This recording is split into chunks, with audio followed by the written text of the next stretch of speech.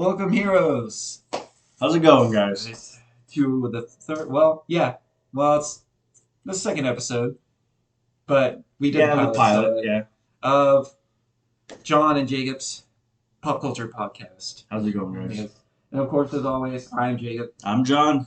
And today's feature presentation later on will be our Thor Love and Thunder review. But we gotta do some boring stuff before we get there. But not boring to us, and hopefully not boring to you guys. So we should talk a little bit of news. Not a lot of big news, but there was something big for you and I. Yes. We're massive fans. Yes. And that was we finally got the Clerks 3 trailer. Yes. For those not in the know-how, Kevin Smith, who's definitely a big inspiration to us and just all nerd and geekdom in general, has finally come out with his third of the Clerks. I guess now it's official trilogy, but he's done his. We have the MCU, we have the DC universe. He actually had his own cinematic universe back in the Askew universe. Yeah. Why was it called Askew again? That wasn't his production company. Maybe was it because it was something with him and I can't remember the guy's name. They had the podcast together. I can't remember. It's been a minute. But they had this shared universe of characters. Yep. Jay and Silent Bob. Silent Bob is Kevin Smith. Jay is played by his best friend Jason Mewes. So that being said, the trailer came out, and basically where it looks like in this trailer, they took what happened to Kevin Smith in real life, which he almost died of a heart attack. Yep. A few years back. We almost lost him, but he's still alive. Getting better in health. Actually looks a lot better than he did. Yep. So he's made a couple of love projects. He wanted to go back to characters he created and inspired a lot of us on. A few years ago he did the Jay and Silent Bob reboot, and now he's coming back to those same characters with Clerks 3. So the premise of Clerks 3 is the two main characters, which are Dante and Randall. They're clerks of this convenience store. They're getting older in age. I think in Clerks they started at maybe in their 20s, and then Clerks 2, I think they were in their upper 30s. I think now they're in the 40s, maybe. So even a rewind. Yeah. So the people that haven't watched any of the Clerks, Clerks was Kevin Smith's first movie. Yes. He dropped out of college to fund this thing. It's all in black and white, and it was in black and white because he couldn't afford to go in color. Mm-hmm. And it was all about two guys working at a convenience store, and this was in the 90s. Yep. So it's full New Jersey 90s. Yeah. And they're talking about everything from Star Wars to pop culture in the 90s. And if you've seen any Kevin Smith films, it's a lot of talking. A lot of dialogue, not a lot of action. Yeah. It's all about people talking with each other. And that's what Clerks was pretty much based off of. Clerks 2, on the other hand, it was many, many, many years later, probably 15? Yes. 20 years later, maybe about? Yes, I think it was maybe 15. So that it's all in color now, and they progressed the characters on from just being something 20-year-olds to now they're mid-30s working at a fast food restaurant. Mm-hmm. And even where Jay and Silent Bob stemmed from was the first Clerks, that they were drug dealers sitting outside, that Jay was a loudmouth, and of course Silent Bob was silent. And they've had other movies in between Clerks and Clerks 2. That's when you got Chasing Amy, you got Dogma, you got Mallrats, and then you get Clerks 2 and Jay and Silent Bob Strike Back, which kind of pushed the universe on.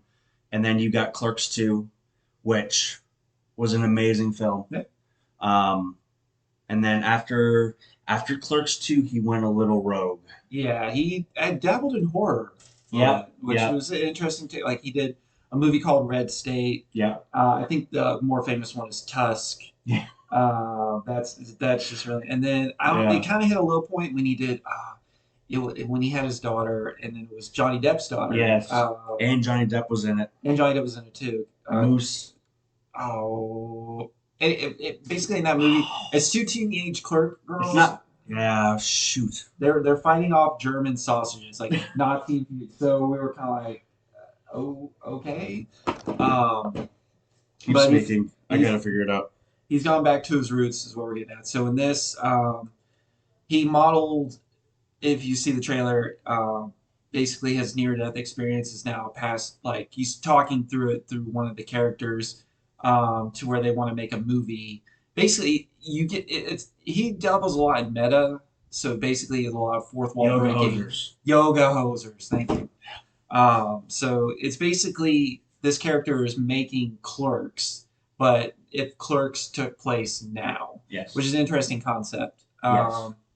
There were some of the things we talked about that were kind of you were more worried about, like because kind of like your issues with the reboot, the James Bond Jay and Silent reboot, Bob reboot. Yep. where it's like, oh, could be my last hurrah, so I want to make this film, and Yeah.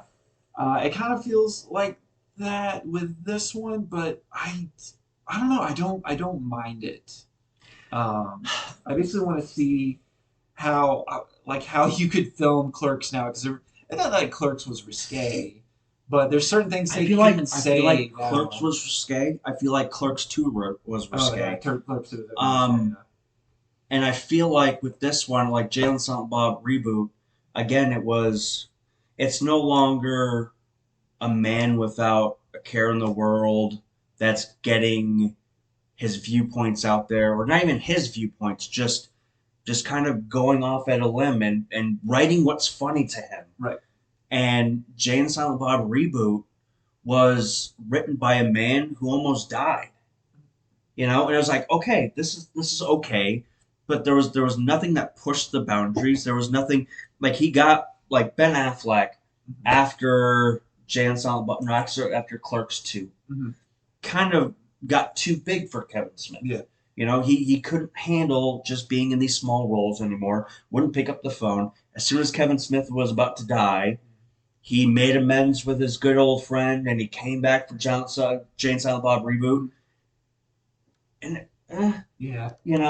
and that's my worry with Clerks, is especially after Clerks 2, is that you're writing, and I hate to say passion project, because I don't feel like it's a passion. I feel like he's still coming off of a, man, I'm glad to be alive, and man, I love you guys. And it's that when you're drunk at 2 a.m. with your friends and you're like, man, I love you. Yeah.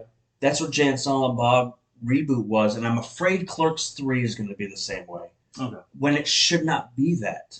I mean, when Clerks 2 came out, he was thinking about calling it Passion of the Clerks, because Passion of the Christ was coming out. Right. Like, he was going pushing the boundaries, and I don't feel like it's going to be that at all. Yeah, I think there'll be pokes too, with like current geek trends and stuff.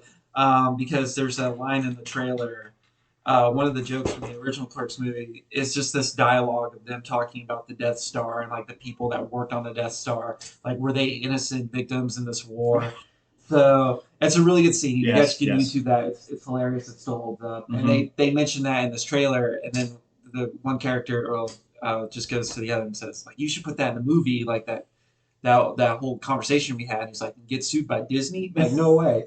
Which made me think, like, what, because they're out. Well, I mean, even then it was outside, because they talked about, because it was owned by Fox at that point. Or Lucasfilm. Lucasfilm. Yeah. So I'm kind of with you. I hope it's not kind of like that. Like, that's actually a perfect way to describe it too. A drunk friend at 2 a.m. like, I love you, and then you go through all the motions. I have a feeling it's gonna pull some strings, kind of like Clerks 2 did in that sense. I just hope, like it doesn't go full the Silent Bob reboot. Yeah. But we'll see. It comes out in September.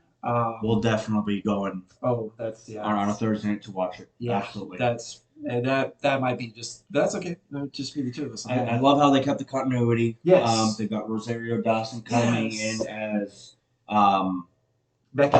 Dante's wife. Dante's wife. Yeah. So they might even have a kid at this point. Well, she was pregnant in She Clerks too, was. She was pregnant. so they should have kids at this point. They did answer the one thing that we were questioning because they opened up the video store next door Mm. in Clerks 2 and we're like, there's not even a Blockbuster or Hollywood Video anymore, so how are they going to do that? And now it just says THC, so I think they might have like a head shop next door, Yeah. which would make perfect sense. But then it's kind of like, what are you doing with Jay and Silent Bob Right. outside? I mean, Are are you selling it legally in there and illegally out here? I they mean, just like pedal. They'll stand outside that store until the end of time. Which would be great, like if they did like where they if all the characters went to heaven, like Jane Silent Bob, they can go inside the gates, but they just choose to stand outside the gate. Like Bartleby and Locust, so the two characters from Dogma is like punishment, but Jane Silent Bob like, no, we can deal with this. Like this is cool. This is good with it. Like they come and go as they please. That would be really funny if he ended it on that. But so with the Kevin Smith films, like we said, we are huge fans. Go watch them. Now, when you watch them, you have to be what's the best term? I wouldn't say like open mind. It's you have to be. It's like watching a Tarantino film without the excessive violence. Yes. But like, is it But a the nerdy? language, Yeah, yes. with the language, yes. But if it were like a nerdy Tarantino, Yeah. because all his conversations, it's basically what the movie is. There's plot points to the movies, but it's Yes. basically a lot of times you jump from one conversation. But the conversations are to us, anyways, are always entertaining when they talk about what versus what and. So I guess my last point would be, if you're questioning whether you should watch this or not, look up on YouTube on Clerks 2 when they talk about the difference between Star Wars and Lord of the Rings. Yep.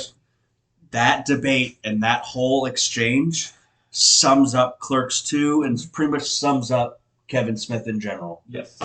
I think that argument still holds up today. Absolutely. All right. Well, that was the only piece of news we had. Not really too much going on in news this week, but that's okay. We got to talk about Kevin Smith films, which we like.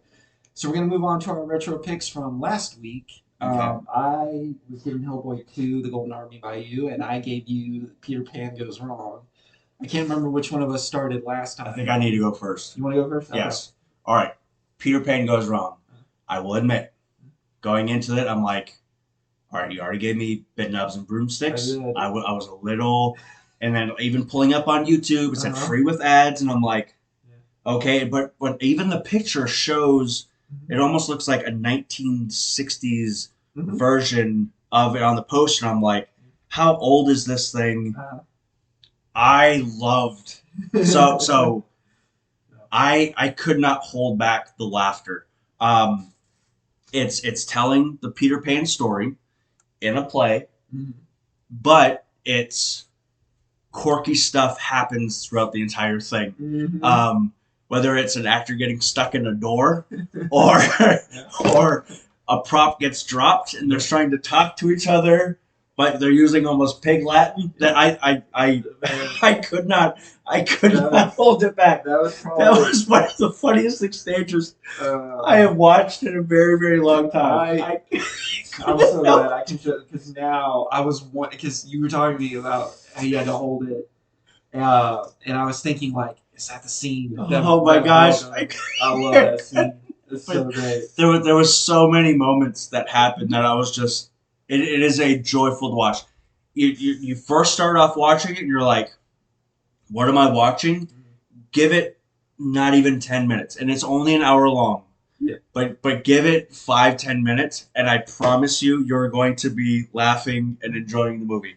I loved it. I think it was a wonderful pick. Thank you so much for it's so funny.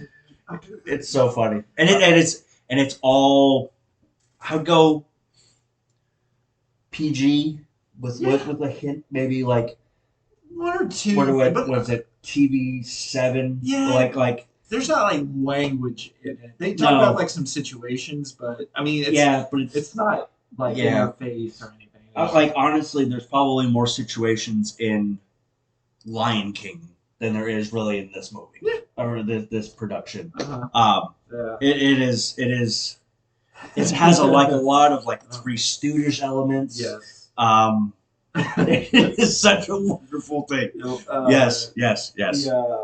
I'm so glad. I'm really happy you liked it. But the funny thing is, I stumbled upon that years ago. I'm thinking it was probably around 2015, 2016. It was on YouTube, and Okay. it just happened. It was randomly in my, and it was before the one that I showed you. It was like someone had ripped it and put it on YouTube. So Okay. the one I gave you was it's the official, but it was a little less quality back then. But and I started watching this thing, and the So same thing with good. you. I was There's so like, many good parts, they man. started because like he said, like John said, it doesn't take you a long intro to get into. They give you like the what the play is about and all this stuff. Yeah. But yeah, that definitely that moment you talked about, and then another highlight for me was when the pirates get introduced, and there's one that swings, and I don't want to give it or away. or the one character that's wearing the headset the entire Yeah, time. He's like, no, yeah. no, no. It's like, oh man. It's so good. It's It so is. good. I couldn't recommend that Yes. higher enough. If you, it's an easy watch. Like you said, it's an hour. Do we unveil our rating system right now? I think we can save that for Thor because Okay. I think the retro picks we can just say, was this worth like, was this worth our time? Like, Oh, I would pay money to go see it. oh, okay. If that's If you like it that much, I've got good news for you. So I hope it's the same because I have YouTube Premium. I'm not gonna lie. They have their own series. They okay. have a TV series, but it's the same concept. They film in front of a live studio audience. Things go wrong in it. There's six and they have one season, 6 episodes it's in, and it's shorter than it's like 20, 25, 30 minutes. Okay. They've got a Christmas one, dude. I already watched it. I Okay. watched it last week because Christmas in July. Why not? And I was bawling, Okay. crying, laughing. It's so good. If you can, hopefully that one should be on there. Maybe it's the same thing, like with ads. Okay. And there wasn't even any ads. Like it Oh, showed ads at the beginning, but there was no ads for the rest of the thing. okay, I know that. And trust But me, I don't have YouTube. I am so happy that it turned out well. I would have been a little sad if it didn't. But I Yeah. mean, like Oh. it like you said, if you like Three Stooges humor, Yes. it's British. It's so there's some British dry humor in it, but it's not like over your head. Yeah, no. Like I feel like it's more American humor than it is British even. I Okay. mean, it just because like when I think of British, I think of like Monty Python. Okay. I think of Mr. Bean. It's Okay. the comedy's there, but it's like more of like almost kind of cringy. It's kind of outside the box. Whereas this was just straight in your face hilarity. So I'm so Yes, glad you yes. liked it. All right, so well, we'll keep on the good track news then. So for your pick to me, Hellboy 2, The Golden Army, when it came out, man, it came out not like it should have come out a year earlier because Yeah. when it initially came out, it came out in '08. In between, I believe it came out July 4th weekend of '08, right before The Dark Knight and right after Iron Man and Incredible Hulk. But Incredible Hulk was his Yeah. overseas Iron Man. So at that point in time, came out at a really awkward Yeah. time. So fans obviously went to go see it, but it only stayed number one for a week or two. And The Dark Yeah. Knight was like, excuse me. Yeah. But all that to say, it's really good. Still holds up. Um, the practical effects and CGI so beautiful. If you guys have watched any of Guillermo del Toro's films, you know that guy has an eye for capturing the strange, but making it beautiful at the same time. Mm-hmm. You're seeing these like really weird looking creatures. There's one creature whose head, the top of it is a castle, and he's not like a giant, like he's taller than most humans, but you see that and you're like, you didn't have to make his head a castle, but you did. And I'm glad you did.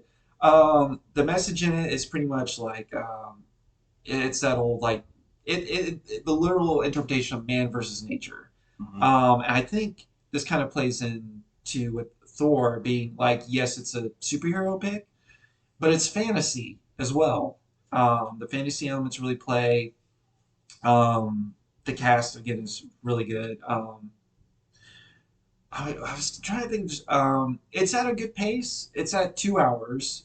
You're never bored. Mm-mm. There are some things though. Rewatching it, it's just there's certain plot points that come in. I don't want to just, but basically the main plot of it is that there's this elven prince who wants to kill all of mankind because he doesn't trust humans. They build up this really cool intro story to what the Golden Army is, using it's CGI, but they used puppets for it, Hmm. and it was really cool. It's a really cool storybook element to it. But basically, wants to wipe out humanity because we become greedy. Basically, it's not like a deforestation like kind of message, like an earthy kind of thing, but it's to the point of like, hey, humans are jerks. Like all the magical creatures have to go and hide, and Yeah. humans are on top when it used to be hand in Don't just think hand. about yourself. Right, right. And Hellboy, uh, he was at he, for his character arc. They play into the thing of he's the last of his kind, and there's a moment in the scene where he has to kill a creature Yeah. that is also the last of its kind, and he hesitates. He does end up killing the creature, but it's like, wait, yeah, this thing is like a monster, but is me protecting humanity? Like, are they worth it? Kind of a thing. It's really really good. I definitely say I don't like I said, don't think it drags parts. The action's really good.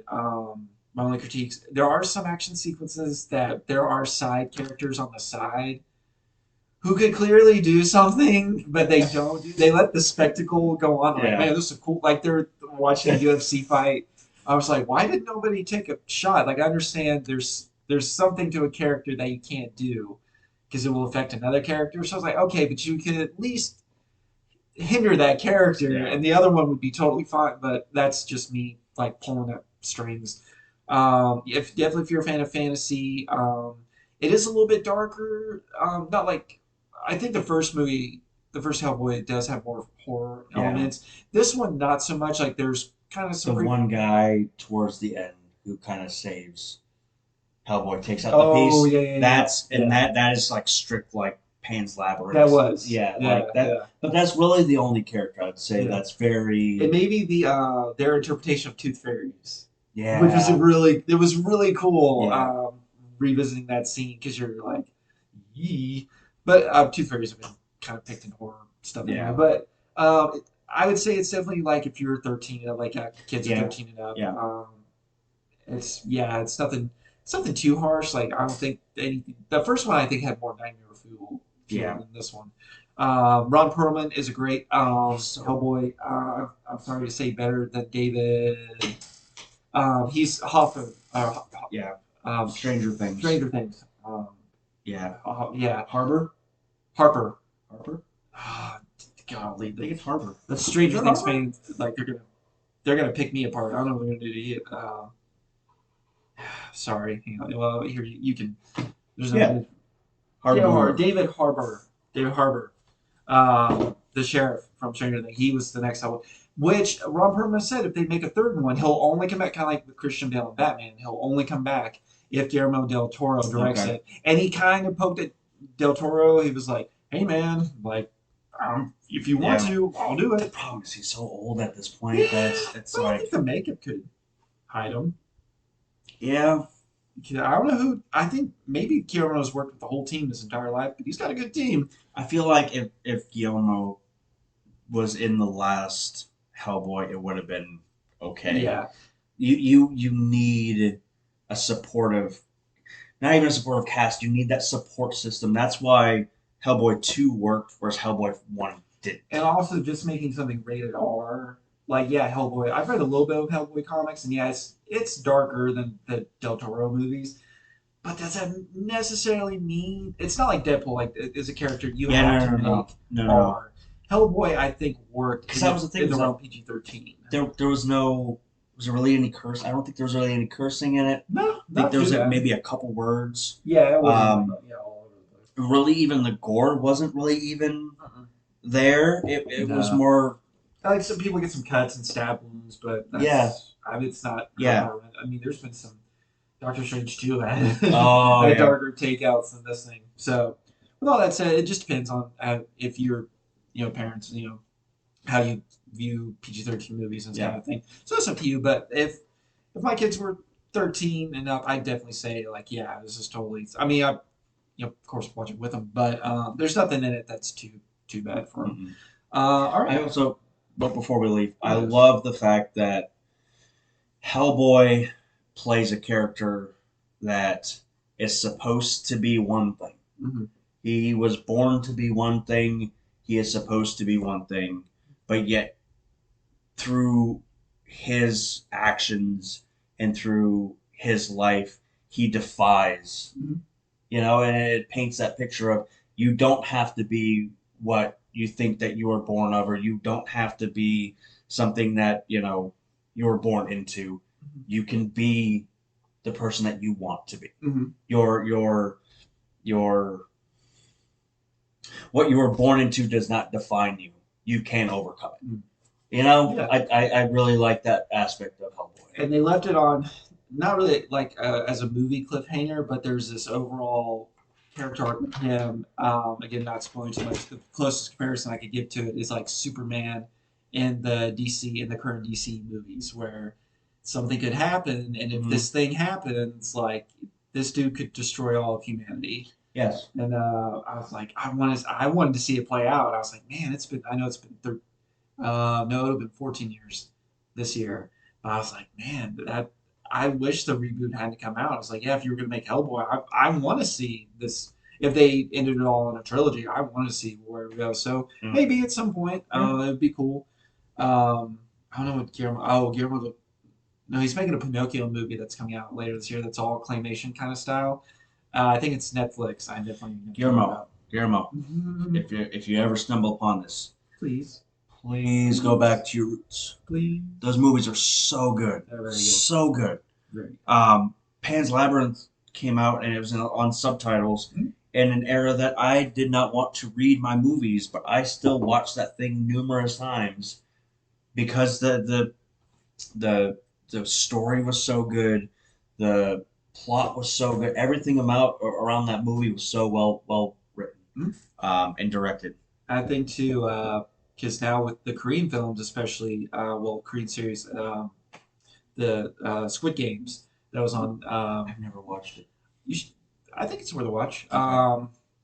But that kind of style where it's all, I mean, you can watch a dubbed version of it, but I felt like that took away from reading the subtitles, like just having the actors speak their language, and because their acting shines through no matter what language you have. It's the same thing with the Del Toro movies; they were in Spanish, but even though you had to read subtitles, like everything came through, and it's really good. So I kind of see that's kind of. I think people would not necessarily for Hellboy 3, but if Del Toro wanted to go back to his roots, I think Hmm. he's in a perfect place to do it.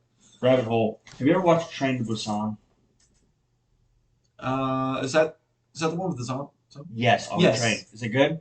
yes, Okay. it's a very good zombie I movie. again, I've seen it. I've heard it. The thing that I this is a random bunny trail. What I like about like zombie movies or vampire movies is when you take a subject and you take it out of its natural environment and you give it a new twist, a new spin. Mm, And that's what like Train to Busan kind of looked like. Was like it looks something different. It's not zombies have invaded everything and right. now they're after us. Like even putting it on a train and giving it a different type of Mhm. a tagline looked interesting. And, So and they do some things too in the beginning of the film, not that spoil anything, but have you seen Shaun of the Dead? yeah, oh, that is my favorite zombie movie. So there's stuff in there. If you look in the background at the beginning of the movie, you start seeing stuff, and you're like, oh, like So it leads to the horrors that are to come, but it are those things that you catch, and it's really fun to watch if you're looking for I it. love It's Shaun of really the cool. Dead. All right, so we did the retro fix. Now we're going on to new. But before we get to Thor: Love and Yes, Thunder, there's something I really want to talk about. And I know you want to hear me talk about it because you're a lover as absolutely. well. So actually, this is a new segment we're doing for the show. This is our new comic hour. Basically, anything I get to read that's new, and I want to share, good or bad.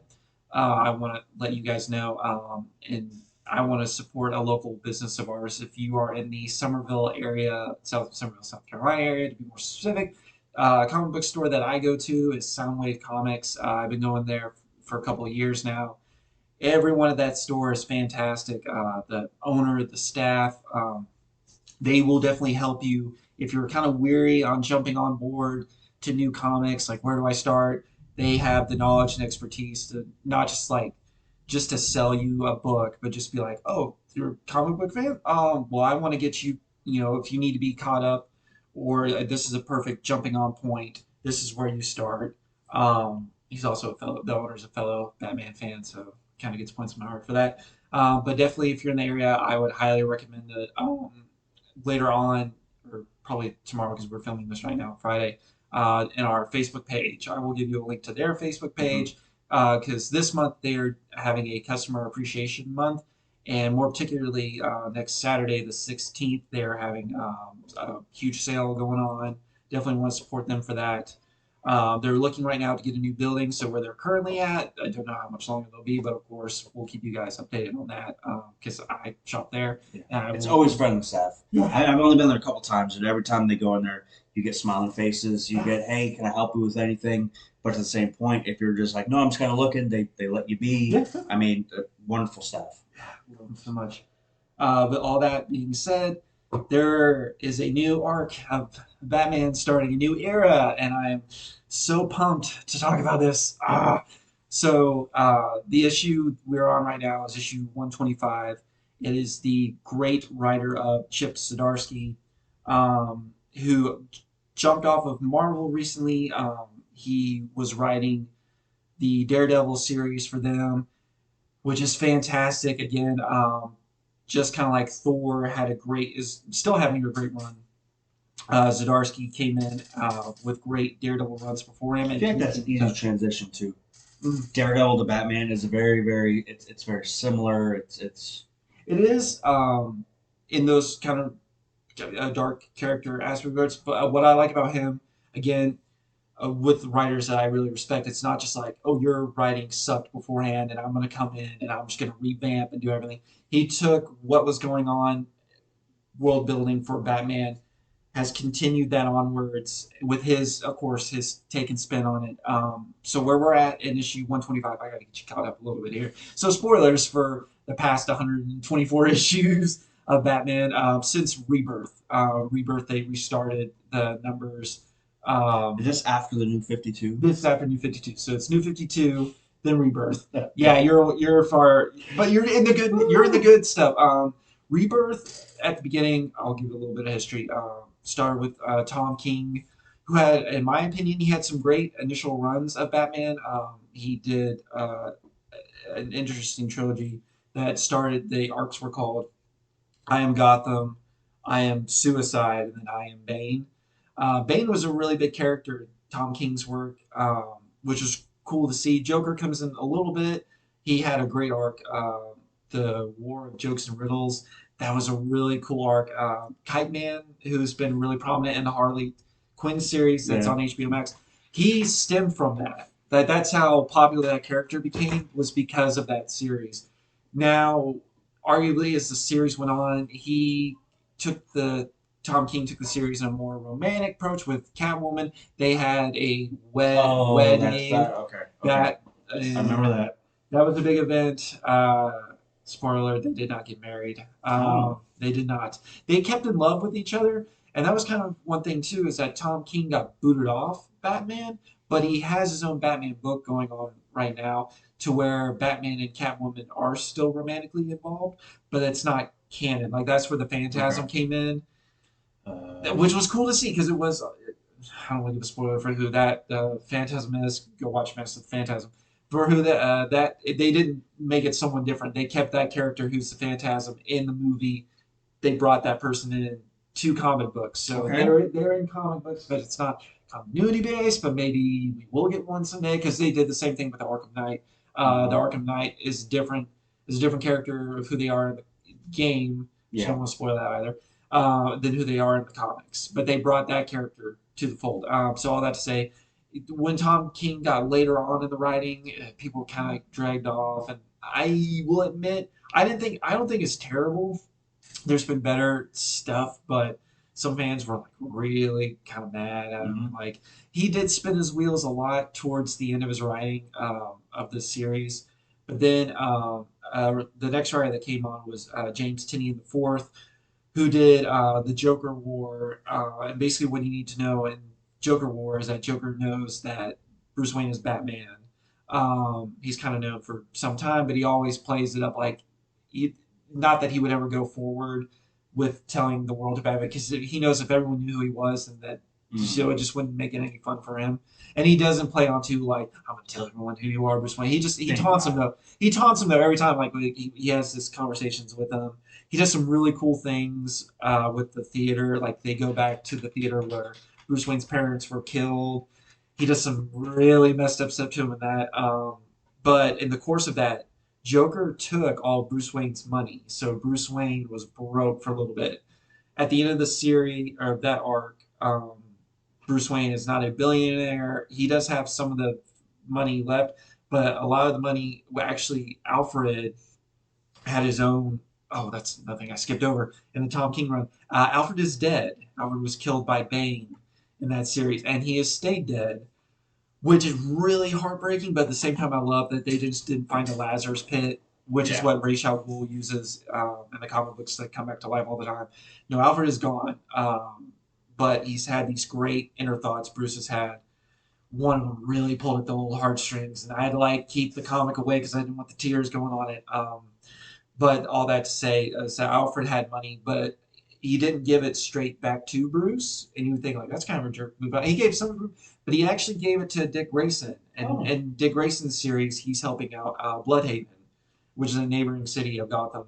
He's helping out Bloodhaven with that money, which Bruce is totally fine with. So Bruce is kind of again, he's not dirt poor, but he's not a billionaire anymore. Okay. So where we're at in Zdarsky's book in 125 is there's been a killing of billionaires, Mm.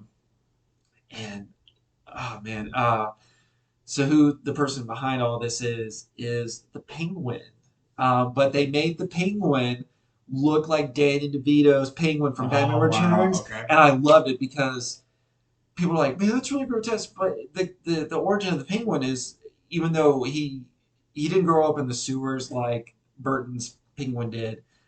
He was always an outcast of society because he just had an elongated nose, but everything else about him was. And so as a kid, when I read those, I was like, it makes sense because like kids still will poke at you for whatever Yeah, but it's perfecting it yeah. up. But now he has like the flipper hands, but he's not all about like killing the firstborn for the sake of killing the firstborn, children of Gotham.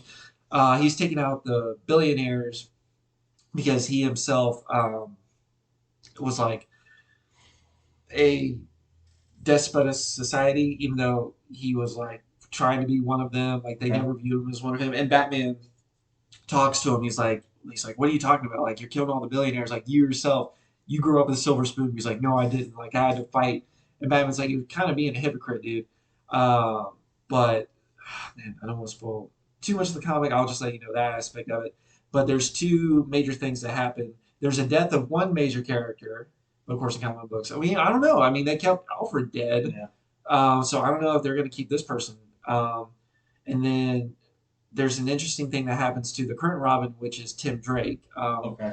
Damian Wayne has gone off. He kind of has given up the mantle of Robin. He's going on to do his own kind of solo thing. So Bruce, at this point, it's kind of like he's at a really low place because right now he is so focused on kind of like the Batman with Robert Pattinson, where he's like Okay. so focused on being the Batman. Uh, Even like Tim Drake has to tell him, like, "Hey man, you got to go out and be Bruce Wayne every now and then," And he takes it to the point like, yeah, I'll be Bruce Wayne, but he's only doing it to fulfill the mission I of gotcha. Batman's mission. And there's a new enemy that gets teased at the end of it, which is the title of this first arc of the series called Failsafe. I don't want to give away what that is, but it's a Hmm. really cool. I can't wait to see what they do with that character. There is a side story with Catwoman. Her and Bruce are no longer romantically involved. She's gone off and do her own things. Batman's still taking care of Gotham. She gets roped into kind of the current situation that's going on. Um, but that aspect for me was kind of the lower point of the issue. Like, it wasn't bad. Hmm. It kind of took a more comedic approach, not like Harley Quinn over the top, but it's like that had definitely the more humor side to it. So it was kind of like two shifts in tone, where you Okay. had this dark, like yeah, there's like things that Robin and Batman like kind of poke at each other about, but they're still going on with the mission and the Okay. what's going on. And then Catwoman, her story was kind of like more comedic. But hers has a mystery in it too that is tied to what's going on in the main Batman story. Okay. So overall, I can't wait. Apparently, Chips Zardisky is gonna, man, I'm gonna butcher his name, but he's gonna be on this book for a while, Wonderful. and I can't wait to see what he does. It makes me so eager. There's some I can't remember who's taking the team of the Detective Comics version. So basically, how these get released is you'll have a Batman book, you have the main Batman book series, and then the Detective Comics series comes out Hmm. later in the month. So you essentially do get two Batman books, but there's the main Batman story, and then you have Detective Comics. Hmm. I'm looking forward to that too. I was talking to the owner of Soundwave. We talked about it for a little bit the team. Man, butcher. Like I don't even want to try and attempt to see who's on the team, but it sounded really good. I think that's coming out later on the road, and there will definitely be some Marvel stuff coming. I want to talk about later on. There's the Thor and Hulk stuff that's Mm-hmm. going on, which is kind of prevalent to what we're going to talk about next. Yeah. But there's also a summer event that Marvel is doing. They do these big crossover events, and theirs this year is called Judgment Day, and it involves the Avengers, X Men, and the Eternals. So that will be out later this month, and when that comes out, I'll definitely talk more about that then. But all in all, to say, if you're a Batman fan, you owe it to yourself to run out to your comic book store, grab an issue. I can't wait to see what this series is. I was so giddy while I was reading it. I was shocked too when stuff happened. I was like, "Oh my gosh!" Like, it gets you invested in the mystery. All the emotions get pulled off, and I'm so giddy. I love it. And even at our core, the movies are fantastic. We all love the movies. We love going to the movies. It all stems from comic books. Yeah. And there was a line that Kevin Smith said on his podcast years ago, and I love the line. But it's, if you stop going, they're going to stop making it. So Uh-huh. that goes to movies, but it also goes to comic books. And then the beautiful thing is, every one of these movies that you guys are going out to watch, based off of a comic book. Yep. Go support comic books. Yes. There's something about holding the paper in your hands that's completely different from, even if you like it on the iPad, that's fine. Yes. But go, even if, just go support your local comic book store. Yes. Especially, I mean, I know a lot of businesses are hurting right now. With pandemic first hit, new comic books weren't being printed, so comic Yep. book stores had to find a way to keep themselves afloat. Mm-hmm. Soundwave, they had deals on all their backorder stuff. And they were just kind of clearing away. It Mm-hmm. actually helped them out in a sense too because they had a whole bunch of inventory they had to get through, but at the same time, Yep. yeah, they had to figure out like there's nothing new. Like what do we do? But now, thankfully, new books are coming out. Although there's stuff in the distributing of the new books, Mm-hmm. there's jumbled messes going on there.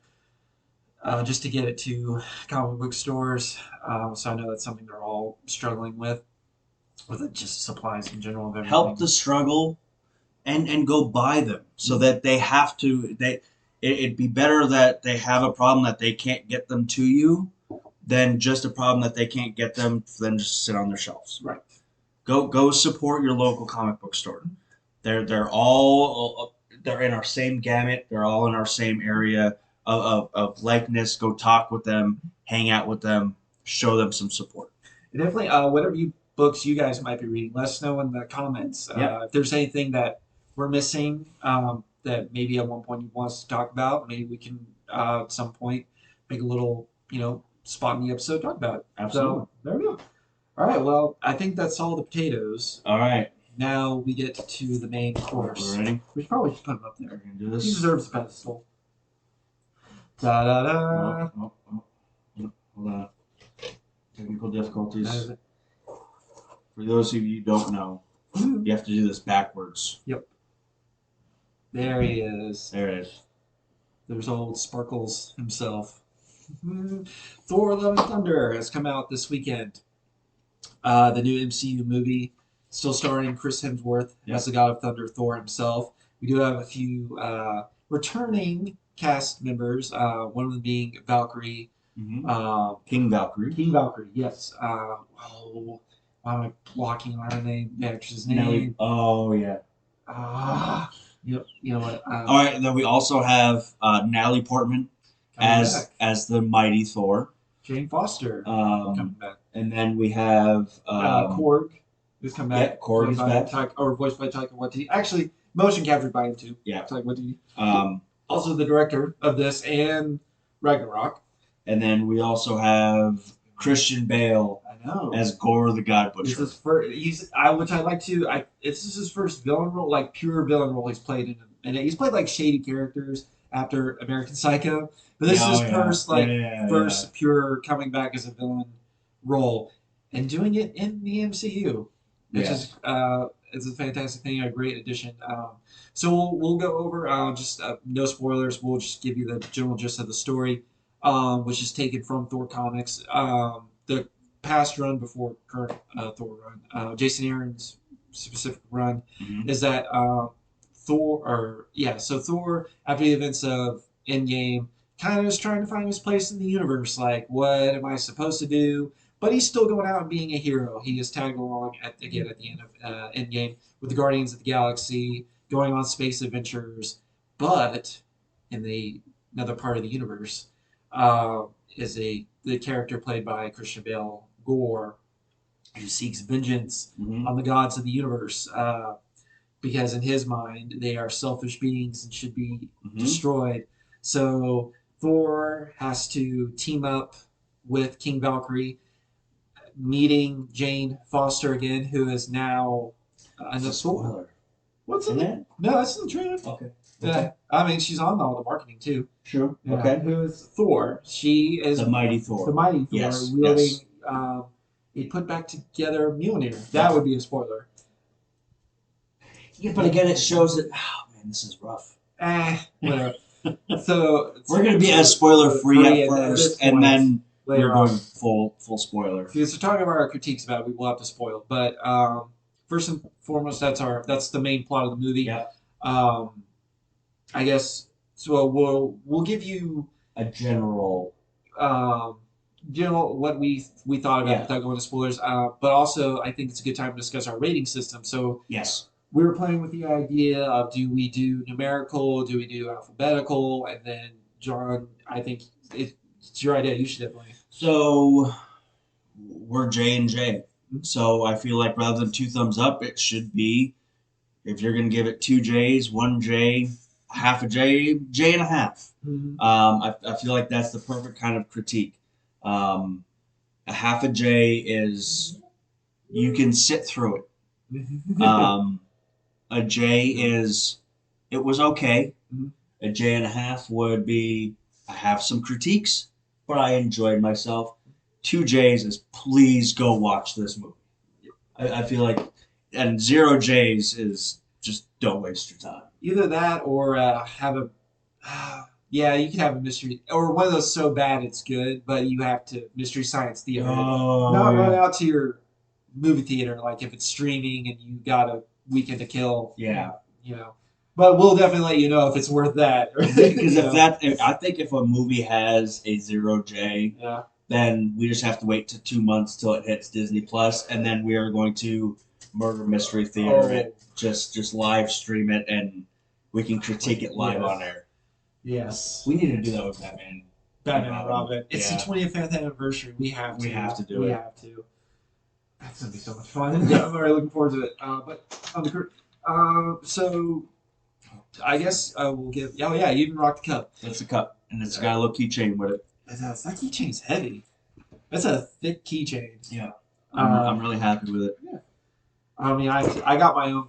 We saw it last night, and you bought yours first, and you told me like there's like 2 or 3 variants of this thing, and so I went up to buy mine, and I had to get the different one because I was like, I mean, I already like the design of the one I have, but it's metal too. Like they're going crazier with the promotional materials now. It's crazy. Yeah. All that. Okay, so we've gone down our rabbit hole. We've given what our rating system is. We've done the plot synopsis. You want to go ahead first because you're the bigger Thor fan of the two of us. All right, so this is still spoiler free. Yes. Correct. All right. I would give it So should we break it down into characters, or should we just kind of give out the whole movie? I feel that that's yeah. If we're gonna do that, that'd be more of the spoilers. Okay. So as a whole movie, oh, this is You're, difficult. It is very, very funny. They kept with the whole Chris Hemsworth Thor being very comedic. yep. Um, they added it. There's a lot of comic based things in the movie, which I really liked. I guess I'll go a J and a half. Okay. I really liked it, but my not trying to go spoiler. Yeah. Um, yeah, I think I feel like I have to explain it more or less in the spoiler. That's fair. Um, I think yeah. definitely go see it. Yes. It is. It's the summer fun movie. Yes. For the MCU. It's very along the lines of Ragnarok. Right. Um, Yeah. Which, by the way, if you didn't like the humor in Ragnarok, I wouldn't say this is dialed up to a 10. This is definitely dialed up a few more notches. this is they're putting the amp on 11. Oh, you say 11? Oh, okay. They're putting it on 11. 11. Okay. I mean, the two character individual Yeah, that kept getting blasted throughout the whole thing. I was talking with people at work today about that, and we were like, we're all on the same page. Like I thought it was funny, and then it was like, all right, you're gagging me with the two of them. But like, then something at the very end happened, and that was the best one. I love that part so much. But okay, all right, Jacob, spoiler free, spoiler free. So for me, I think the main issue I have is just the tone consistency. Mm-hmm. That's my only thing. Like, yes, these Marvel movies, they're lighthearted. They have the Marvel humor, which you either love at this point or you hate. And again, if you didn't love the humor in Ragnarok, you are not going to love this. I want to let you know that. I felt like there could have been stuff more explained, or it wasn't like not those head scratching. They're like I wanted to see more of certain things, and I think there were certain points they could have talked about more if they allowed this thing to breathe.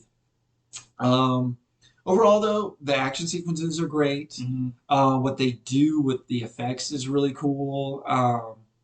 The villain is great. Yeah, there wasn't one casting where I didn't like, even though some have accents where you're like, are you doing that? So for me, I would definitely say this is a J and a half. I can't wait to see this again. I actually am going to see this again. Probably tomorrow night. Yeah, but it's one I could definitely have playing in the background as well. Like if you needed some background noise, depending if that noise irritates you with two of the characters that we're going to talk about. I feel very shortly, but yeah, for me, it's definitely a J and a half.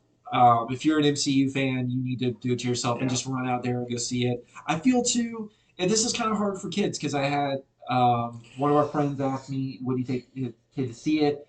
I had it like this, like it reminded me of an '80s kids movie. Maybe not as dark as some of those got. But there were elements in here where I was like, this took inspiration from an '80s kids film with what they do tone dark wise. I would say it's darker than like Gremlins. Really?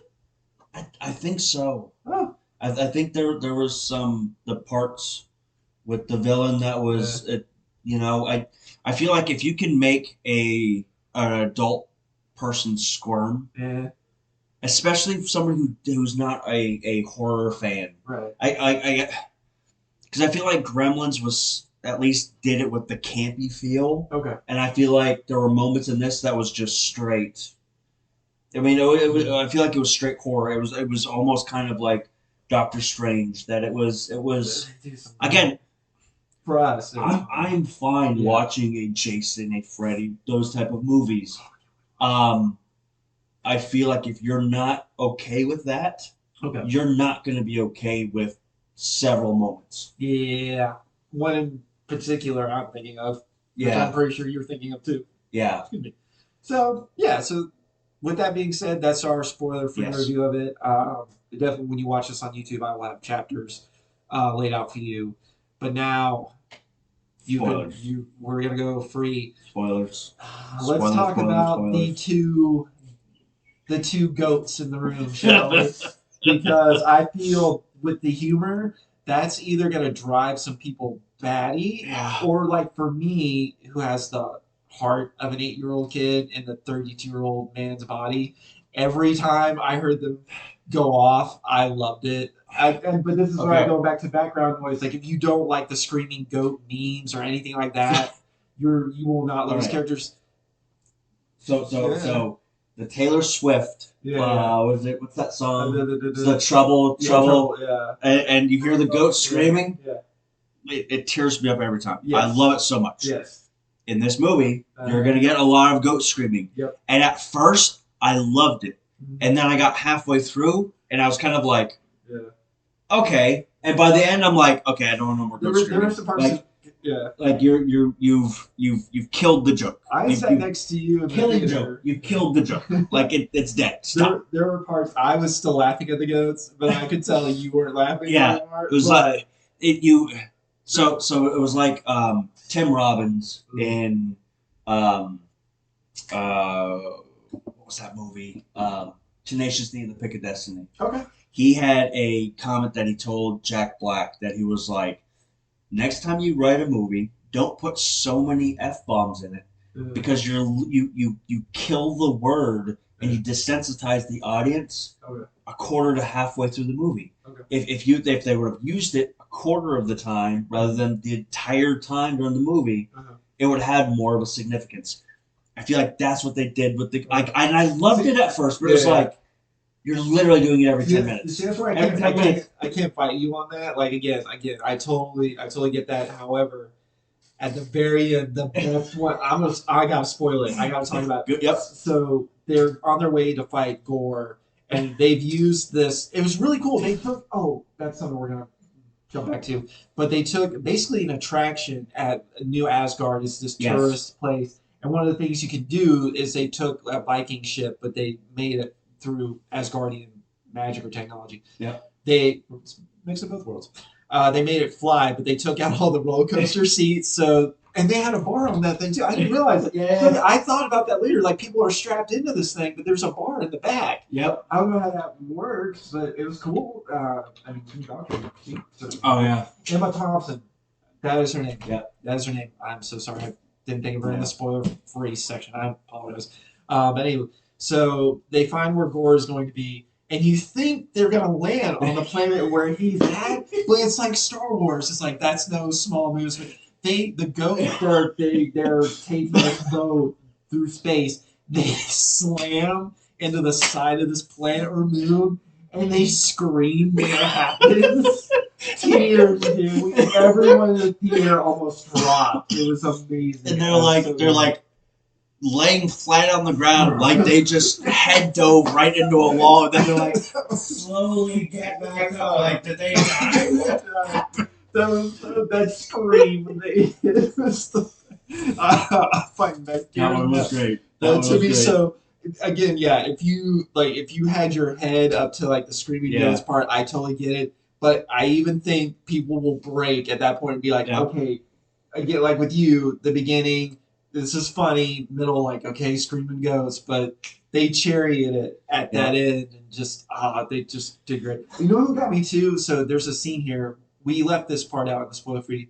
It was in the trailer, but I didn't want to give too much away. When they go to the Omnipotent City where Russell Crowe plays Zeus, which was really cool to see. He's definitely. I don't understand the Borat voice, man. You come to dessert. I think you. Yeah, it's like it was. Yeah, he was. My sister. Like what? But oddly enough, I was okay with it. It was okay, but I think too it was the style. If Taika Waititi didn't make it the style he did, then you'd be like, man, he's like the sore thumb in this movie. But his beard even looked bad though. And you know what got me? His suit. When they do the close up on the suit, you can tell that's not metal. Like you can see the crest mark where that's it. There was a moment in Thor when he first got back to New Asgard. He found out that chain was it, and like the battle was over, and he was walking away, that you saw a crease in the shoulder, and I was like, Yeah. "That's armor. Right. This isn't." So there's only a few. Yeah. Yeah, there was a couple moments that it was like, Yeah. we are getting very nitpicky, Yes. but this is the point of spoilers. And nerds in general. Yes. We will critique the living. Sorry, go ahead. But just to say in that, there's this, you find Korg's god is there, the rock god is there. And he said something, he's speaking in his language. I almost floored at that. He's like, he says something, and I don't know. Again, I'm an 8-year-old kid in a 32-year-old man's body where I was like, that's hilarious. Like, it was just funny. But what's cool in that is that we saw Celestials. Yes. Celestials were in that part. I was like, interesting. Like they're bigger, so they were outside where Zeus is holding up, which this kind of ties into a little bit with the boys. So the boys that the show that's streaming on Amazon, which we want to talk about next week. Yeah. There's a episode where we can't go too much into it, but it's an episode around a superhero orgy. And Russell Crowe, this one, he talks about that Zeus is like, oh, the orgy is next month. I was thinking like, man, this is too close. Like it's too. I can't. But yeah. But anyway, I was like, that's really weird. So the humor again, if like we were saying, the spoiler free, it's the MCU style quippy back and forth, but the quips were kind of good. Yeah. So again, it started off with Thor. He had, of course, lose the weight from Endgame, which I like that was fast. It was like, and they didn't call him Fat Thor. He just had like, they called him Dead Bod Thor. Yeah. And I was like, I'm okay. And then I feel like I got very close to last week, pretty much nailing. Yeah.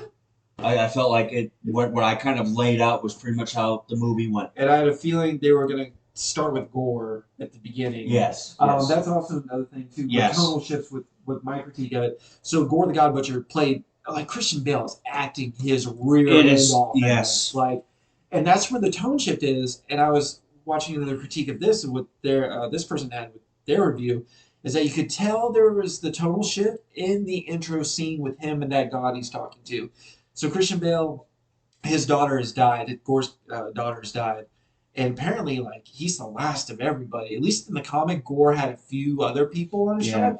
Gore is like the last man standing. Yeah. He finds his God in this oasis, and he's like pleading to his God. He's like, "Oh, we worship you. We let your kingdom has fallen." And the God's just like, "I don't care. Like, I'll just find another pair." And this is where it gets interesting with the Necro sword. So this is the sword that Gore is using to kill the other gods. So Gore is pleading his heart out. Christian Bale again acting on point. So good. And the God they have, I don't know who the actor who was that. I didn't recognize him, but he's playing this deity. I don't recognize him from MCU, but he's like very pompous. Like, but that's kind of the point of the movie. Is like these pompous gods are really taking care of people. Even Zeus had a line though that was like, the people are here to serve us in whatever means necessary. We're not here to do anything for them. Right. It was very much like, they're just our pawns to be thrown away. Yeah. We don't care about them. We're going to stay here and be okay. Which I was thinking in mythology, that kind of works a lot of ways.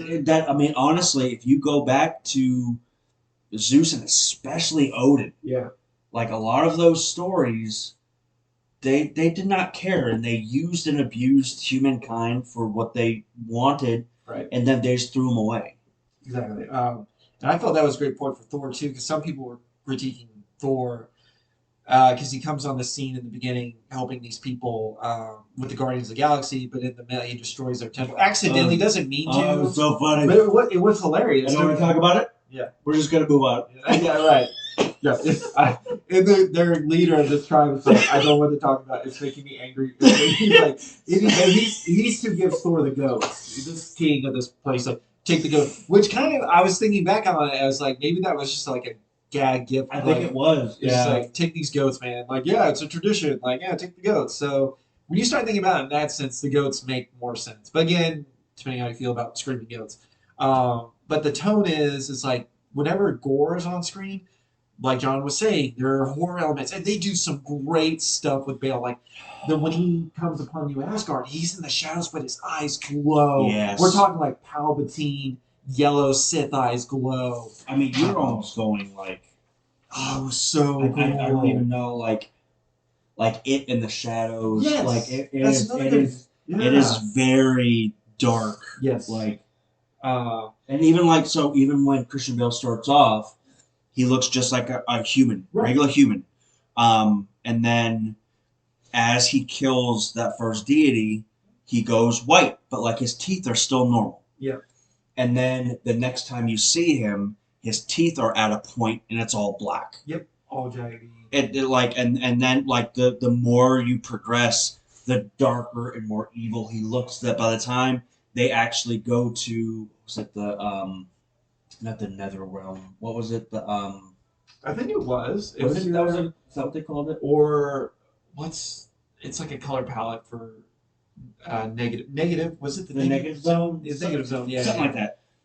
He was even darker, Huh? and like he just progressively got darker the more he existed. Mhm. And that's kind of what I was saying in the spoiler free was I don't know if I would take a under 13-year-old. Yeah. I think they might get freaked out Yeah. because even sitting next to my wife and she was just The like, I'm gonna look at anything but the screen at this point. right. I mean, it got creepy and it got dark. Yeah.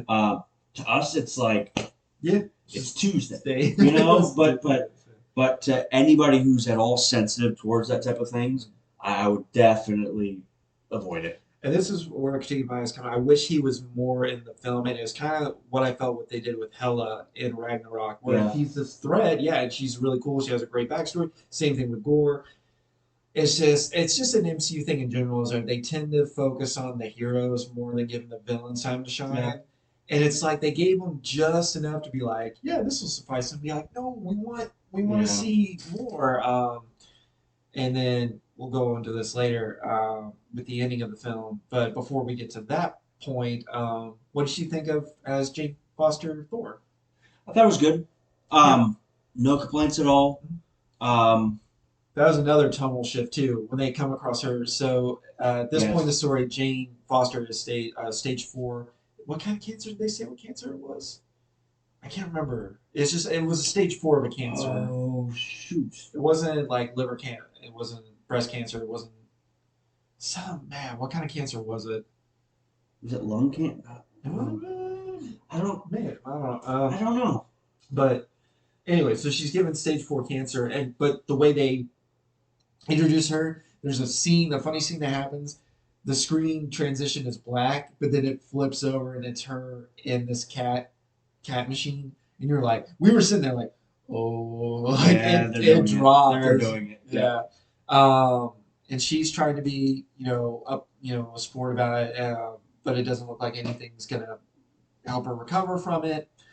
We did get a cameo from Eric, Doctor. Yeah. Shoot, what's his last name? Kreischer, Chris. He was basically the doctor from the original Thor, Dark World. He was in Avengers as well. Yeah. Eric, yeah, Doctor. I can't remember his last name. But anyway, we had a cameo from him. Dorothy's in there. Yeah. Broly in there for a scene. Oh, and so before we tread on to the warrior part of, because we're kind of talking like, we'll talk about her, keep talking about her in a sec. But Lady Sif comes back. Yeah. It was great to see her. Yeah. I wish we got to see more of her. I wish she got to come along for the adventure, but. Yeah. I kind of understand. Like Thor finds her when Gorr's killing all the gods. Yeah. She's mortally wounded, but she lives. He takes her back to New Asgard. That's where he and Jane come together. So Jane now is building a piece back together Mjolnir. Yeah. As you guys remember from Ragnarok, it was destroyed by Hela. They brought it back for Endgame because they were able to use the stones and bring Mjolnir back, but they had to take it back to rewrite or to make sure the time stayed on the right course. So I think I might have found a plot hole. What do you think? How did they get the pieces of Mjolnir back if nobody could pick it up? Well, is if it's formed together? I think if it's formed together, it's only who's Shelby because I figure you can just bring the little pieces together and put them. Can you? I think so. That's how I found made sense to me. It's like if it's broke. I guess if you look at it that way, I just kind of looked at it that like it's still because I don't know. I don't know. I feel like it's that joke they have in Age of Ultron where they're making fun of Mjolnir, like Tony Stark and Iron or Captain America, and they're just like, well, if the hammer rides the elevator, does that Oh make the yeah, elevator worthy? You know, they're just messing with Thor at that point. I don't know. It's kind of one of those things. That stuff I was able to overlook. But with her wheeling Mjolnir, which is really cool to see. There's parts the pieces can fly off like a yeah, shotgun, and yeah. it comes back. And both Mjolnir and Stormbreaker are great characters. You would think Yes. they would be as Oh inanimate yes. objects. That Then is. again, that's another. This thing is a rom com between. You've heard of like triangle relationships. This is a square relationship. It's Yes. between Thor, Jane Foster, and then Stormbreaker and Mjolnir. Because Yes. there's parts where Thor wants to wield Mjolnir, and it's great. There's a great Oh scene my too god. where he's trying to like get it, not like he just wants to see like if he can get Mjolnir back in his hand, and then Stormbreaker it Like, just floats like right behind him, and it's like you just see the curve in the shot, and he's like, "Oh hey, it's yeah, just, no, I was just yeah, yeah, it's like those so scenes in good." romantic comedies where like the exes kind of see Oh, the each current, other, the the current, current sees. And yeah, there's some great stuff. I don't want to spoil that because they did some great. I yeah, never thought I could laugh so much in a prop. I never yes, thought it, but yes. they And then pulled like off. he even walks up with a mead, and he's like, are we okay? Are we Yeah, good? You know, hey, it's still me and you. You know, time for your first mead. You know, yeah. yeah, There was something great too with Mjolnir is just standing on the pedestal and Thor grabs. He's like, okay, like he just yeah, tests it out. And yeah, it was great. So yeah, it's a rom com in some interest, yeah, and you get to see a little bit of backstory of because we were told in Ragnarok how they just broke up and it was a mutual dumping. yeah. But you get to see more of that, which was I both liked it. funny and but kind of heart tugging at the same time. I felt Yeah, emotionally this movie did better in that sense than Ragnarok, because Ragnarok at the end when Asgard gets destroyed, then Korg says that line afterwards. I'm like that killed the moment. yeah. I didn't think they were like killing them. For me, they were killing the No, moments in this movie. um, I liked how they used Mjolnir went to Jane Foster like he was protecting her. Yes. I like that aspect. That's what made her worthy was that, she not and they did a callback that they were like that he was like you would go out to save anybody and you would do all that stuff. That's why Mjolnir chose you. But then it also did the thing where both of them were together and I think she was sleeping and Yeah. Thor was like talking to Mjolnir and it was like, you make sure that she's safe at all times. Yep. So I like that aspect. It goes against the comics. It goes against if she's worthy and all that. And I like how they kind of backpedaled a little bit to be like, no, she is worthy. Right. But I really liked it. Yeah, yeah. Just It definitely worked. For us, I think you and I are both on the same page. It definitely worked for us. Which is gonna lead me into the ending of it. So, before we go to the ending, oh, so what gives me the J&a-half score is that if you read that comic book line, Thor's a badass. Yeah. And again, that's been my problem with a lot of these Thor movies is that you give him this surfer boy motif yeah, and he just swings around a hammer or swings around an axe a little bit and then he goes back to being dopey. Whereas in the comic book version, um, they find out that there's this God Butcher, and the only way to defeat him is that he needs more of himself. So he goes and I think it was All Father Thor that was like, "Hey, I need other variants of myself," and then he gets Yep. Thor, and then gets like prehistoric Thor. It was a younger Thor. Yes, Thor. and that's how they're able to defeat them. But like even the picture that I sent you, he is angry. Right. He is. There is no campiness. There is no joking. This guy is killing all of his friends. Right. He is angry. He is justified. He is vengeful. He is going to make sure that this guy pays for what he's done for no matter what. You do not get that in this movie. He goes, "I'm going to save kids. Do do do do do. Like I got my girlfriend. Do do do do." Like, come on, man. Like you at a certain point, I get it with Thor, but I want that serious Thor for once, and to your one point, time. And to your point, I would love that too. but I just feel like they're too deep in the MCU. And this is kind of like my issue with just the MCU just as a whole, is they have to. I get it. Just as a film franchise, you have to mitigate everyone. Yeah. Like not just us comic book fans, because that's why they give us the imagery, and based on the stories that we've read, they of course, like you just pointed out, they deviate from them greatly in some aspects. It was cool seeing the imagery because you got to see on the screen like those guys have the hooks through. Yeah. I was like, that was a panel. I was like, okay, that's cool, that's cool. Kind of wish we could have seen that, but they would never do that. I am on your side of having a more kind of badass Thor, but I just feel like it's like we're too deep, man. We're too deep in the MCU, so I totally get it. Um, I don't think it's like an unjustified like want. I just like when I was like going, like I was like, yeah, it's Chris Hemsworth Thor, like I guess. I almost want, and I'm gonna step out on a ledge here. Right. Under the guise of Disney, under the guise of Kevin Feige, give Zack Snyder All Father Thor, and let him do his thing. Okay. Let him give the visionary, the darker tones, the more serious aspect of it, with Disney's backing, so they can be like, okay, whoa, whoa, whoa, we need to pull your reins off at here. Here, let's let the horses run. But I want a um Ben Affleck Batman. I want that Thor. Okay. I want and like give me I forgot he had the arm for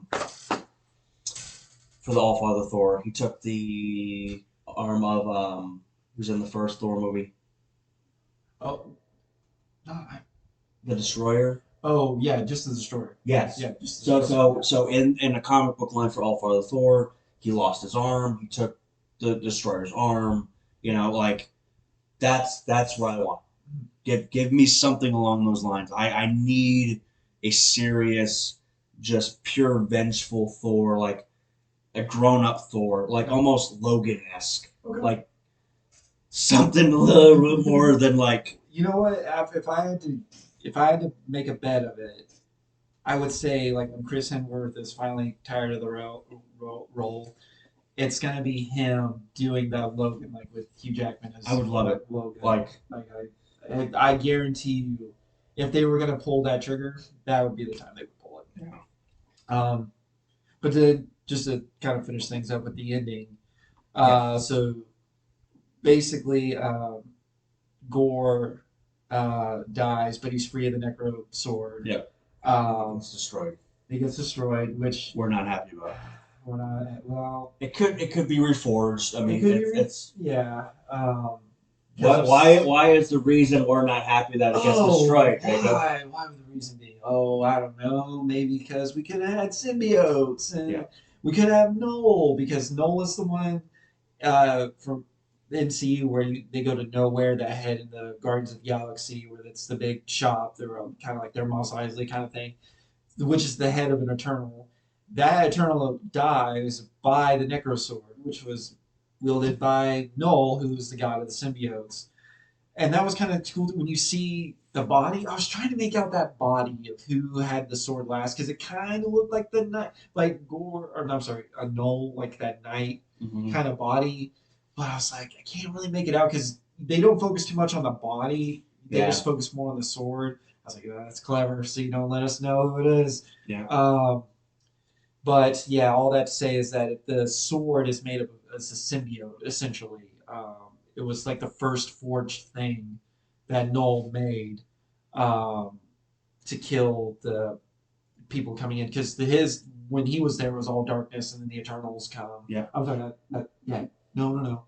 Celestials. Yes. He was more or less like a celestial of darkness. Innocent. Yeah. And we kind of had like symbiote. You kind of get it with the creatures a little bit. Yeah, at first I was a little hopeful when I saw the creatures, and the more and more you saw them, you're like, yeah, they're just pulling stuff. Apparently, though, and this isn't like to pick at, I think it was Hemsworth's kids came up with the designs of the creatures. So I don't want to poke at it and just be like, "Oh, you robbed me." I'm like, and I sent to Jacob this morning that I found out that Gore's daughter, spoiler, of course, who gets brought back to life, and that was Gore's wish, was that she got brought back to life, is actually Chris Helmsworth's real daughter. Yeah.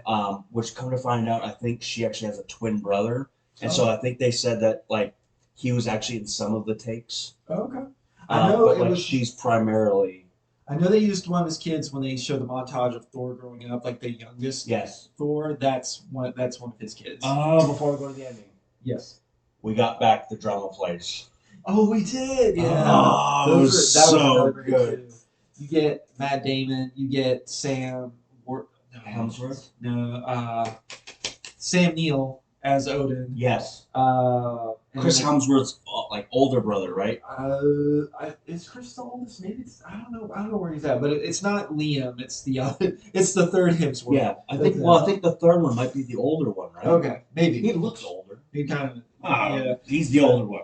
But they put on the play of Ragnarok, Oh, and I was so thinking like good. while we are watching it, because they're like they got to do Hela. Oh Who's yes. coming out as Hela? Oh, so And that good. cameo of Jenny McCarthy, Yes. just I'm Hela. I Yeah. lost it. Yeah. I was Yeah. like, So happy. bravo, So happy. bravo. I would have called it. No. If you were to, I could not call No. her, and they do a great Yeah. montage. And there's parts to where Loki is Matt Damon. Yeah. it's got the spray and like He wants to spray. cry, so he like turns around, and sprays in his eyes. He's like, "Oh, And father!" they ripped their clothes off what they were wearing when they found Odin, like before he died, and it has their clothes, but they like are get pulled off by strings, and then When he have a throws the hammer. warrior, and it gets thrown, and she catches it. Like, oh, your hammer! Oh. Like, So good. That was fantastic. Yeah.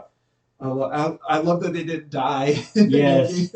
But given their personality, what we saw, because they were in a later scene, I'd be like, Yes. you would be one of the ones turned onto the lifeboat with Yeah. the women and children. I could see you. Yeah. Oh my gosh. All right. Okay. Ending. So Gore comes to his wounds. The necrosaur is broken, so he's free of it. His daughter is reborn. Um, she has powers of her own. I don't want to spoil that because that was kind of cool who they brought in. Um, that kind of deity in MCU. He's a top tier. He's one. He's not the most powerful thing in in Marvel in general. Her character? No, the character that brings her to life. Oh That yes, was yes, kind yes, of yes, yes, yes. I Yes, know we yes, said yes. spoiler, but we don't want to spoil everything. You Yeah, gotta yeah, go out yeah, see the yeah. movie. But so she gets brought to life, but during the battle, Jane dies. Yeah. More akin to like how she did in the comics. So they have this. You know what they did a moment from. It was that it was Scarlett Johansson, and then it was that movie she did. Oh my gosh, where? Hang on, it was an artsy film. Well, basically, she's been working on a tagline for her hero line, Oh yeah. and you never hear it. She whispers it into Thor's ear, and he just he starts saying, "Yeah, it's a good one. That's the best Yeah. one." Which I was like, "Oh, I would have liked to have heard it," but I guess maybe in the sequel they'll let us know Yeah. what. Maybe that's who he passes. Like she, so Jane Foster dies. They erect a statue of her in New Asgard, which is Mhm. pretty cool to see. Thor leaves Earth, still traveling the galaxy, saving people, Mhm. but he is now kind of like a godparent to Gore's Uncle. daughter. Yeah, like She an she uncle. she actually refers to him as Uncle Thor.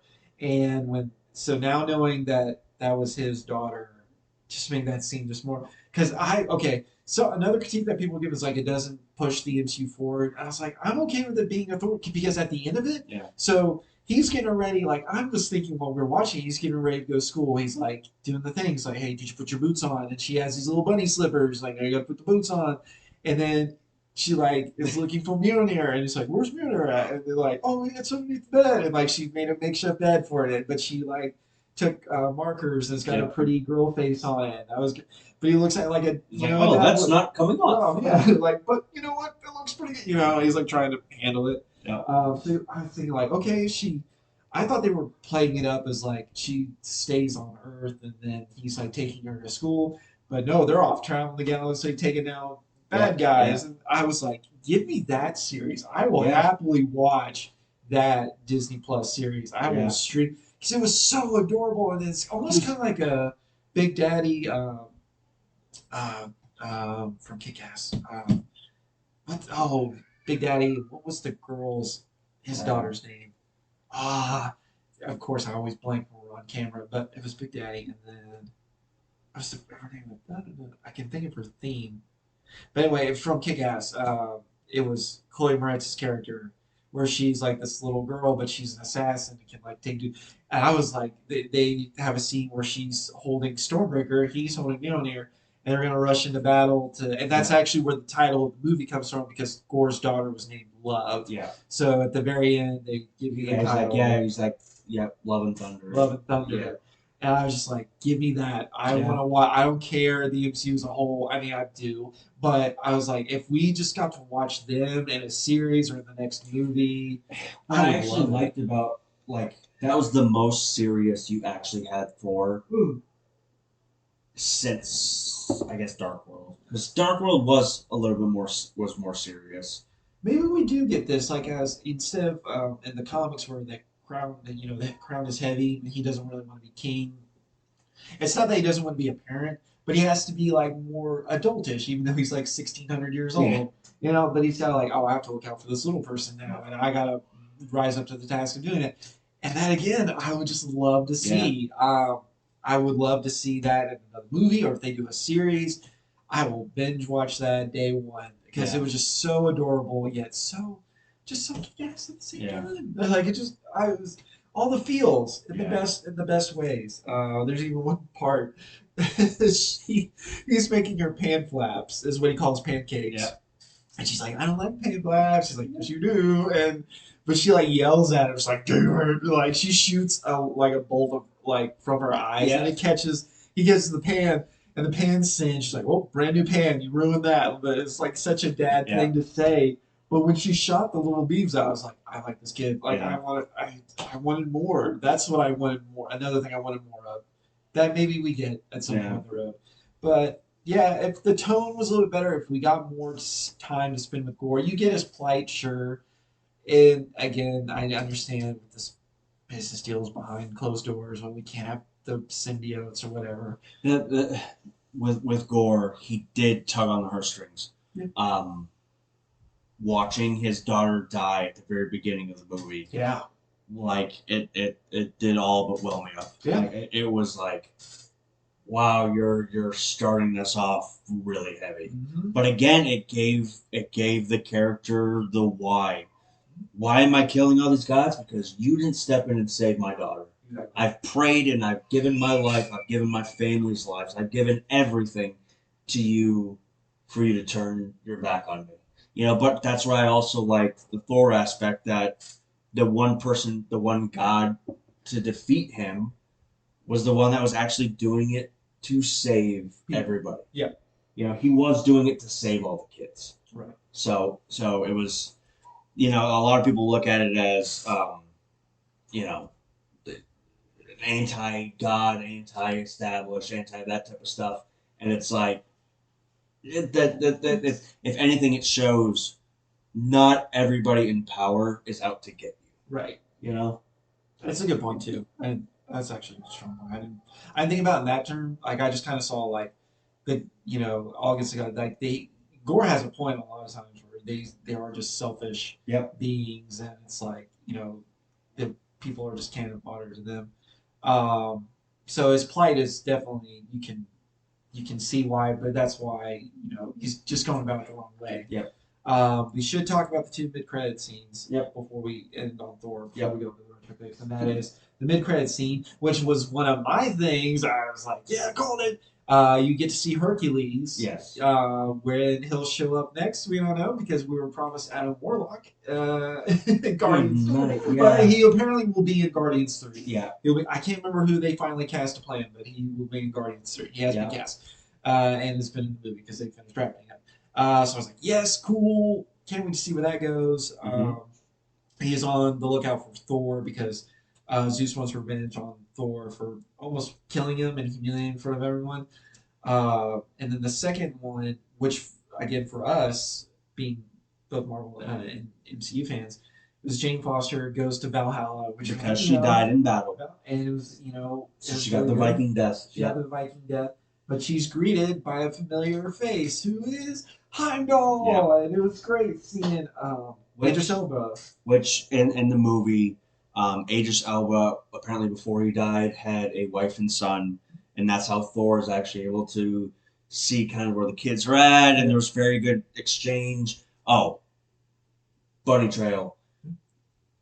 It must have been that Taika Waititi went to a GNR concert before he started directing this movie because it is GNR all the way through the movie. It is Guns N' Roses. If you like Guns N' Roses, just go to it because it's November Rain. Yeah, yeah. Dude, I loved it. But it was GNR through and through. Agreed. But yeah, definitely worth the price of admission to go see it Yes, this week. yes, Definitely go yes. run out and see it. Like I said, it's that fun summer movie Hmm. that I just like a good popcorn flick, and that not everything has to like we need to build the. I feel like the show that's what the MCU is doing with the shows, kind of Yeah. building that. It's okay to have a character based movie. I'm Yes. totally fine with that. And this is a really good character based movie. Yeah. Agreed. All right, so to end, All right. you're Bye, Thor. taking them down for now. But Thor will return. It says so at the end. Oh, yep, yep, yep. Which I was happy to see. I was like, yay. So now for our new retro picks of the week. I don't know who you want to go first this time because I think I need to go first. Let me double okay. check while we're talking. It is on Netflix. Okay. What do you got? It is a Guy Ritchie movie, Yes. The Gentleman. Oh, okay. Yes, I got it. Okay, Okay. so um, it's got pretty much kind of some of your usual suspects in a Guy Ritchie movie. Mm-hmm. Um, actually, thinking about it, there's only like it's actually fewer. Matthew McConaughey. I can't remember the actor's name. He was in SOA. He was in Charlie Hunnam. Yes. Charlie Hunnam. He's in it. Colin Farrell. Colin Farrell's in it. Um, there's a bunch of British actors. I'm trying to Yes. think of his crew. Bridget Jones' Diary. Oh, Hugh Grant. Hugh Grant's in it. Many, many wonderful actors. Okay. It is again a wonderful, wonderful movie. Okay. You're gonna kind of start off and it's like, okay, and Matthew McConaughey really, cause I've never actually seen Dallas Buyers Club. I need to watch it. Nor have I. But he puts on a heck of a role. Okay. Um, I've heard very good thing. I haven't watched this one for myself, so this is brand new for me. it is. There's a scene at the end that like it gives you chills. Like Matthew McConaughey's speech is like, Okay. woo. So there you Is go. at one point he just has it. Yeah. So it is like it is a scene where it's like, ooh, like but like it's so justified and it's a righteous anger that like he does it without spill. Yeah.